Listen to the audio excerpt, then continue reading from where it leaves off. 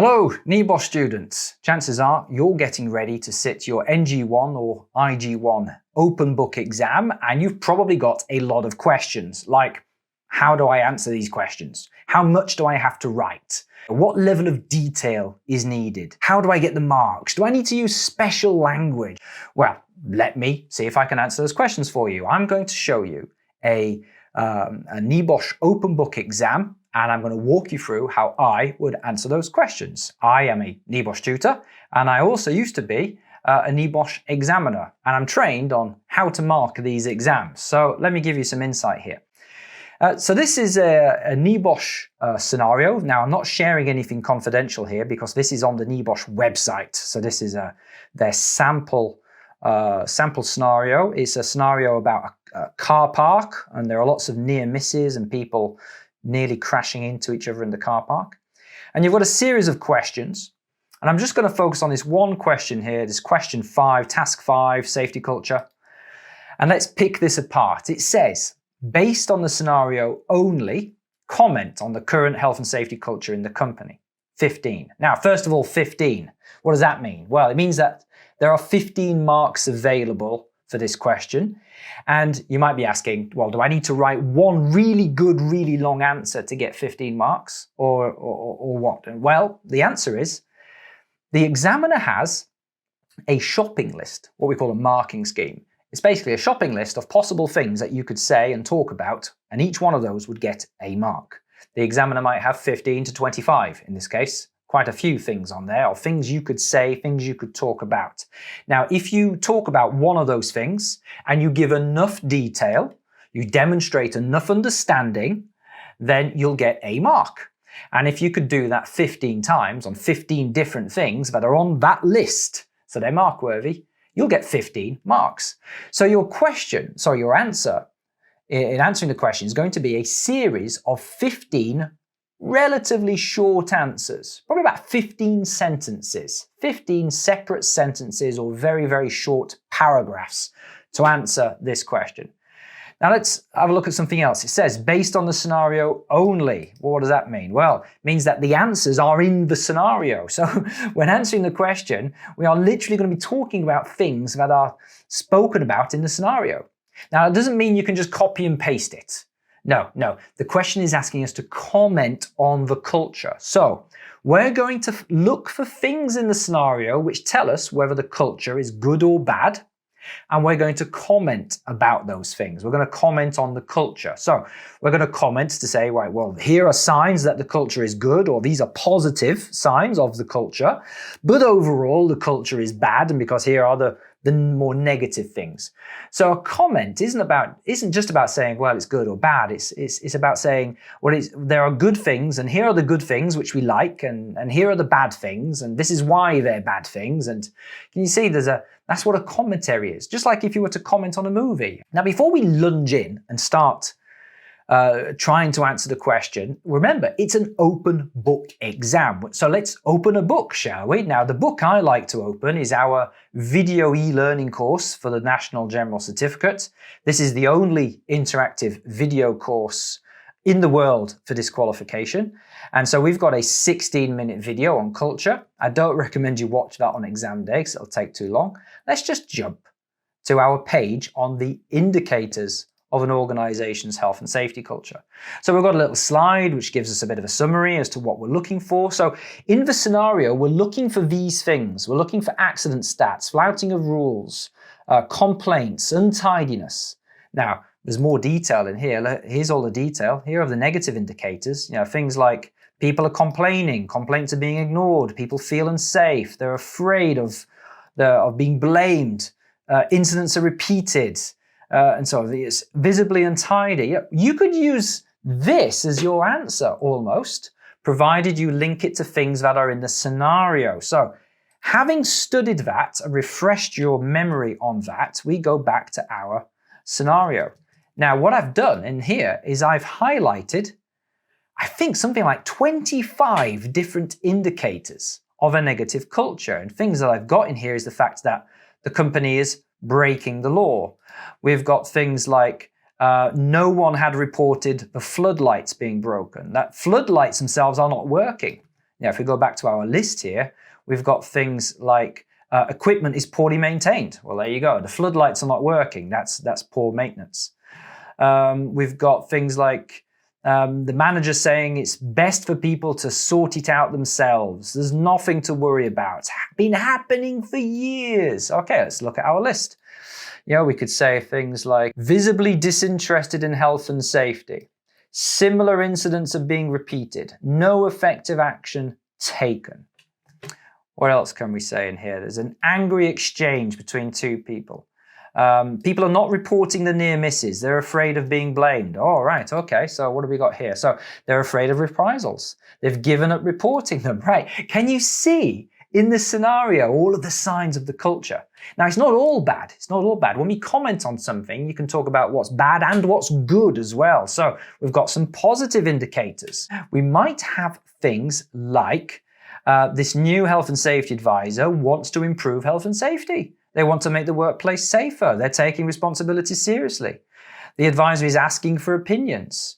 Yeah, well, the fact that the worker is actually happy to make some suggestions. Here's instead of just saying, "Oh, well, I don't know what to do about it." No, the worker's actually saying, "Well, now that they've asked me, I think it would be safer if everyone just reversed into the spaces."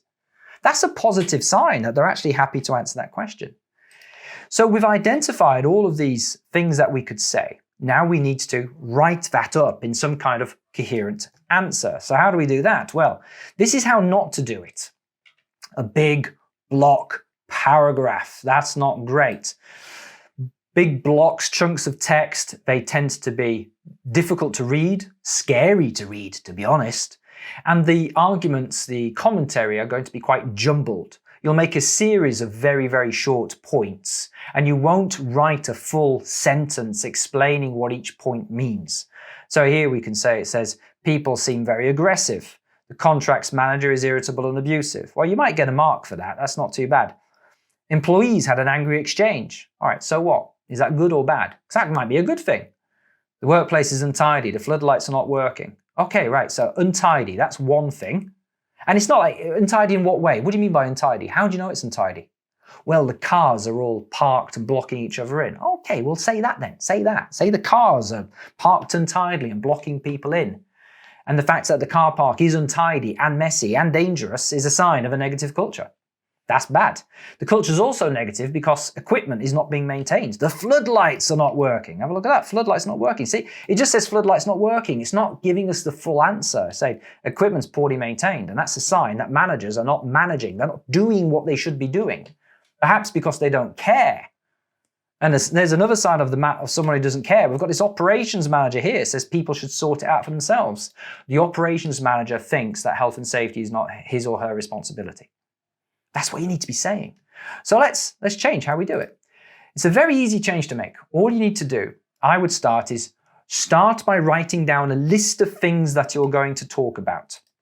So I've already started the answer there, but let's just carry on a little list, shall we? Shall we say, we're looking at this reporting. Let's talk about reporting. We'll just talk about floodlights not reported. Near misses, not reported. I'm just going to write down a list of things I want to talk about. We're going to say afraid of being blamed. What else can we say? We can say that it's been happening for years. Right, okay. Incidents have been happening for years. What else does it say? No one has ever been seriously hurt. Best for people to sort it out themselves. Okay, so we'll say ops manager says best for people to sort it out. Right, so I'm writing down just a list of things that I want to talk about. Now that's not going to get a mark, but it's just a shopping list of things. Now what I'm going to do is I'm going to write out each of those answers in full. Now how much do you have to write? Well, I'm going to give you a guideline, and take this with a pinch of salt. But I think, in my experience, you need to write somewhere between 20 to 30 words per answer to get a mark. Now, no one's going to count the words. No examiner's going to be there going, right, 1, 2, 3, 4, 5. No, no one's going to do that. But in my experience, I just think that's how many words you need to use to explain yourself fully. So the floodlights are not reported. So let's write an answer on that. So the floodlights were not, in fact, actually that's a separate point. We're not working, that's a separate point. Floodlights not reported. Right, let's do the floodlights not working first. The floodlights, the floodlights were not working. Poorly maintained, poorly, can't even spell, although it's not a spelling test. Poorly maintained equipment and repairs not carried out is a sign of a negative culture, because managers are not taking action to keep the workplace safe. There we go. So I don't know how many words I've written there. I'm not going to count, but I think there's 20 to 30 words there. There's about two lines. That's just 2 lines. That's all you need to get in there. Floodlights. So floodlights not reported. Workers have not reported the floodlights. Perhaps they have given up reporting things due to the inaction of management. Okay, I think that's going to be worth another mark. It's 1.5 lines. I don't know how many words, I'm not going to count them, but it should be good enough. Near misses are not reported either. Workers said they were, this links to the next point here, they were afraid of being blamed. What did they say exactly? Let's check. They were afraid. They would not report these because they were afraid of being blamed. Okay, and then they also talked about being not being listened to, being blamed. This means there is a blame culture. I'm going to say a bit more about the non-action. So I've already talked about blame there, so I'm going to say, let's go back there. Workers say no one listens to their complaints and no one takes any action to improve things. Complaints are ignored, which shows managers do not value the views of workers. So you're just basically quoting or paraphrasing what the scenario says and then adding a little bit more of a commentary around it, saying, well, this is good or this is bad and so on. Now, in this particular scenario, there's a lot that's bad. But please remember, you can also talk about the good things. And there are some good things. If you look in the scenario, we have a new health and safety. We have a newly appointed health and safety advisor to the company. Just the fact that they've bothered to spend money employing a new health and safety person, that's good. This new person is also very committed because it says in your role as a health and safety advisor, you would like to improve safety because you take your responsibilities seriously and you want to make the workplace safer. So you could talk about that. And you could also say, and this new advisor has asked for opinions. And when this one worker here, this is the worker who was almost struck by the reversing car, suggested that it would be safer if everyone reversed into the car parking spaces.